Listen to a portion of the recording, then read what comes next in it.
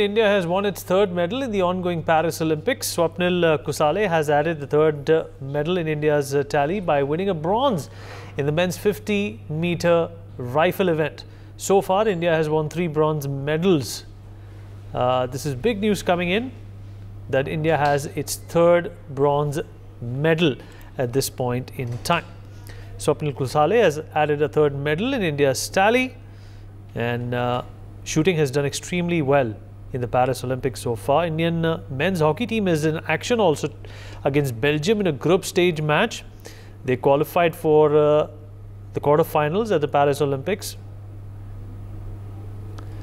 And later in the day, Nikhil Zareen is also going to have her 50 kg round of the 16 bout in just a few minutes.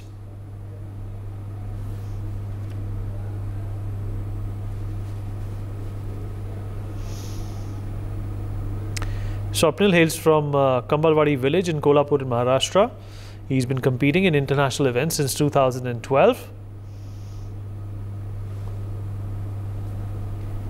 Manoj Joshi, my colleague, is joining us on the broadcast to talk more about this. Manoj Joshi, हमसे बातचीत करने के लिए आपका शुक्रिया। भारत का तीसरा bronze medal आया है, अच्छी खबर है ये। और शूटिंग को अगर देखा जाए मनोज जी, तो शूटिंग ने हमेशा ही भारत को गर्वांकित किया है, और साथ ही साथ स्वप्निल ने जिस तरीके से आज अपने डिसिप्लिन में ये ब्रॉन्ज दिलाया है, वो काबिल तारीफ है।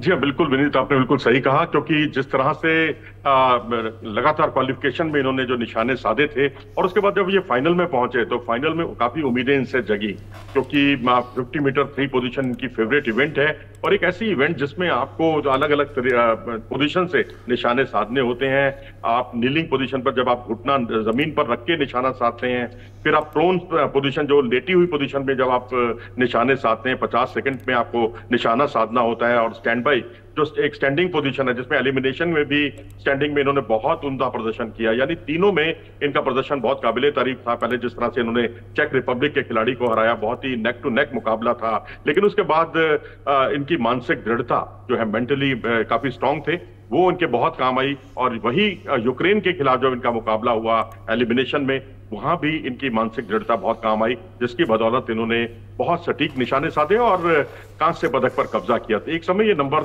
3 पर चले गए थे और दूसरे स्थान की तरफ नंबर 2 पर चले गए थे, और उसके बाद जो है इन्होंने एलिमिनेशन में भी उतना ही अच्छा प्रदर्शन किया। बस एक निशाना था जिसमें इनका निशाना 10.4, और क्योंकि अपोनेंट का इससे बेहतर था, तो वहां से इन्होंने जो है थोड़ी जो चूक हुई थी, जिसकी वजह से इनको कांस्य पदक मिला। लेकिन दूसरे स्थान के लिए ये बहुत करीब से चूक गए, क्योंकि दूसरे स्थान पर जो थे यूक्रेन के खिलाड़ी, उनका 461.3 पॉइंट रहे और इनके 451.4 अंक रहे।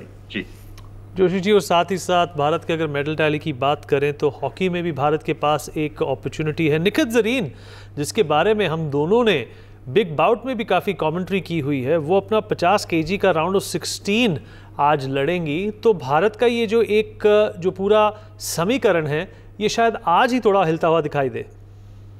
बिल्कुल, आपने हॉकी की बात की। हॉकी में भारत का मुकाबला इस समय बेल्जियम ओलंपिक चैंपियन से चल रहा है, जहां भारतीय टीम इस समय 1-0 से आगे चल रही है। और ओलंपिक चैंपियन के खिलाफ अगर आप पहला गोल करते हैं तो ये अपने आप में टीम को एक अच्छी खासी स्फूर्ति देता है। आपने निखिल जरीन का जिक्र किया, जो वर्ल्ड चैंपियन है, 49 किलोग्राम में वर्ल्ड चैंपियन, और उनका मुकाबला उस खिलाड़ी से है जो उनसे अगली वेट कैटेगरी की वर्ल्ड चैंपियन है और वजन कम करके इस वजन में आई है। तो ये मुकाबला 2 वर्ल्ड चैंपियनों की भिड़ंत होने वाली है। इसके अलावा जो आज एक मुकाबला पुरुषों के डबल्स का होना है, सात्विक साईराज रैंकीरेड्डी और चिराग शेट्टी का, वो मलेशियाई जोड़ी से उनका मुकाबला होना है। और मलेशियाई जोड़ी से भारतीय जोड़ी 8 मुकाबले लगातार हारी थी, उसके बाद 3 मुकाबले लगातार जीती।